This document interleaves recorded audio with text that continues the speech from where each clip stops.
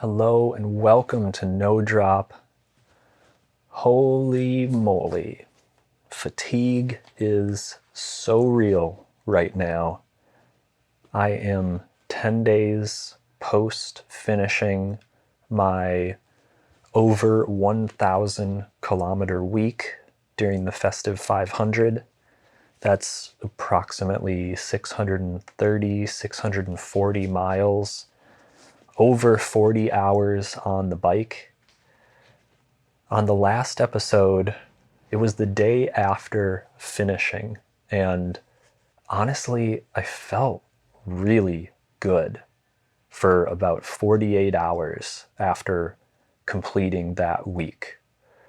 And then day 3 hit, and I felt so fatigued.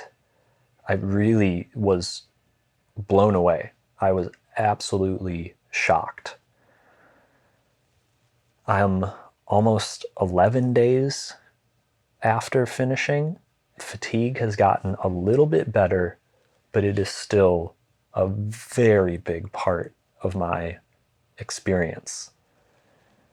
The ways that I am feeling fatigue is that I definitely feel tired when I get on the bike. My appetite has been monstrous. I am probably eating 6 meals a day, and 3 of those meals are big meals. I have doubled my protein intake. I am hydrating constantly, and my sleep schedule is, if I can get to bed at a decent time, 8:30 or 9, I will sleep 10 hours, no problem, no waking up in the night. I will sleep through. I'm typically not one to set alarms. Usually I wake up very early naturally, and I'm probably off my normal wake up time by about 2 hours. So on days where I don't have anything to do in the morning and I'm not setting an alarm, I am sleeping in very late, and that is not like me at all. All of those factors just tell me that my body is doing a ton of repair right now. And my only goal at the moment is to do everything that I can to assist in those repairs. So, low enthusiasm for exercise. I'm keeping my intensity low, and I'm keeping the duration of activity low. There is zero benefit in trying to be tough and push through this fatigue. Not only is there no benefit, but there is the potential for an incredible amount of harm in doing that. So I am being gentle with myself, and I am letting myself be tired and understanding why I'm tired. Bodies take time to recover, and this is a part of that process. And even though it's a stronger level of fatigue than I've, probably ever felt before, I just know that is a natural part of the process. With eating a lot, that just tells me that, I probably did a significant amount of damage to my muscles during that week. That takes time to heal, and it takes lots of protein. My protein intake has doubled since that week of riding, and really good sources of protein. I'm usually not one to eat a lot of animal sources. However, since finishing, I have been eating a lot more animal protein, a lot more dairy products.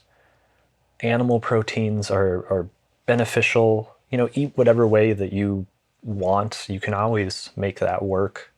But in a time like this where my body's really dug deep into a bad, bad place that it needs to recover from.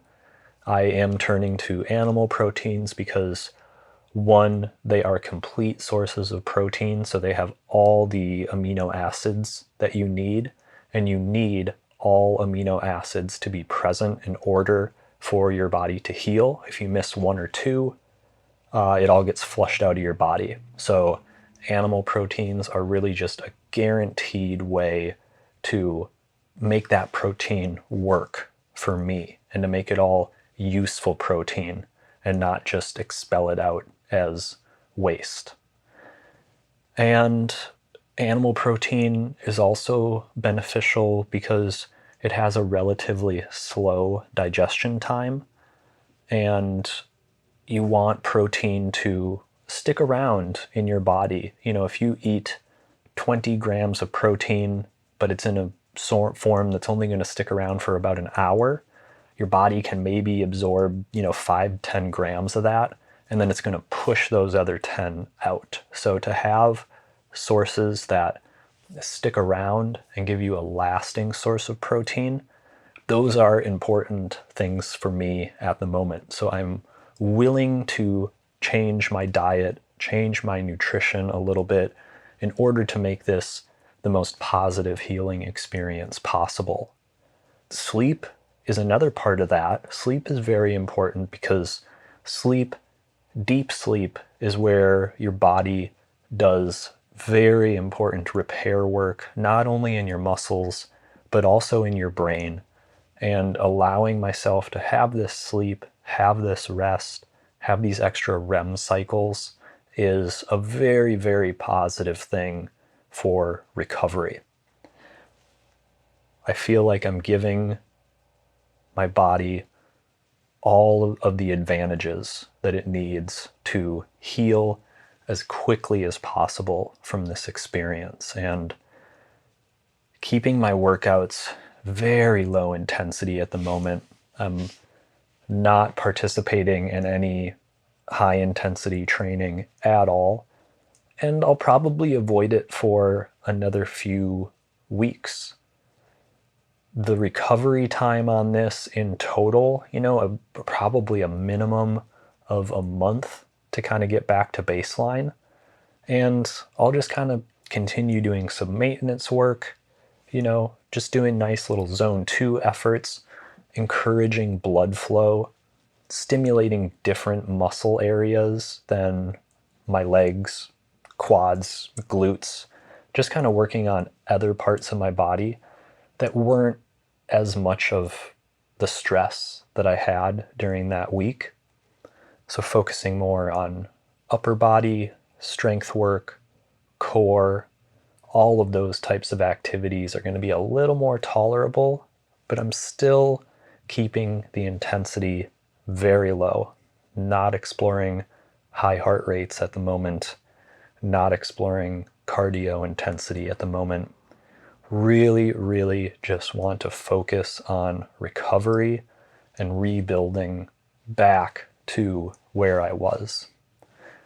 Once I start feeling like I'm 100% again, I will do one more follow-up episode because I'm really curious how long this is going to take.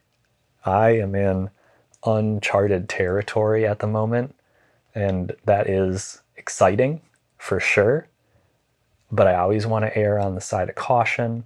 I always want to give myself more time to recover than I think I need. So once I do start feeling better, I will do one more follow-up episode on this whole festive 500, festive 1000 experience that I put myself through. And we can see exactly what the recovery process was like in order to build back to where I was. So that'll be coming up. In the meantime, I've got some other episodes that I will release. So stay tuned and ride safe.